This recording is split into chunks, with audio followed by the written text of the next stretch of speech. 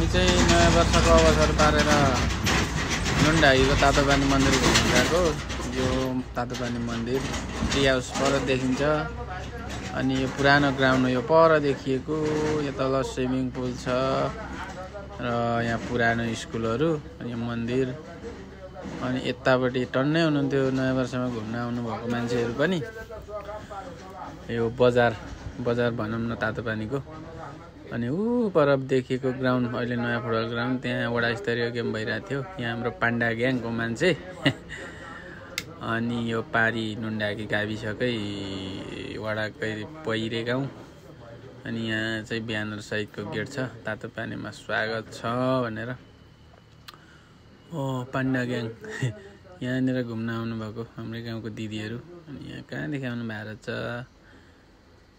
अनि यही बजार क्षेत्र आइगई गाडीहरू पार्किङ गर्ने अनि घुम्ने ठाउँ। यो माथि देखेको डाँडा गाउँ। धन्यवाद।